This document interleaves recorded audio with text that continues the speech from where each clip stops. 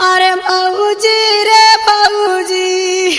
अरे का भलो अकावा जवनिया के औजी रे भौजी। अरे का भले हमार बची अपियावा मिलल मन मौजी रे भौजी। का भल मारल की गरियावल है? अरे घरवा के छोड़ी के चिरौजी रे भौजी।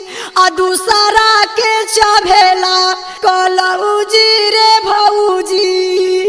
अरे सुना खुल के बतावा का भयल। हाँ समझ गईली। यही से कहल जाला कि घर का बहन बिटिया आबरू होली। और सुनली कि तू बचपनवा से मनमानी कैलू। सुना पापा संगे घात कैलू मम्मी का न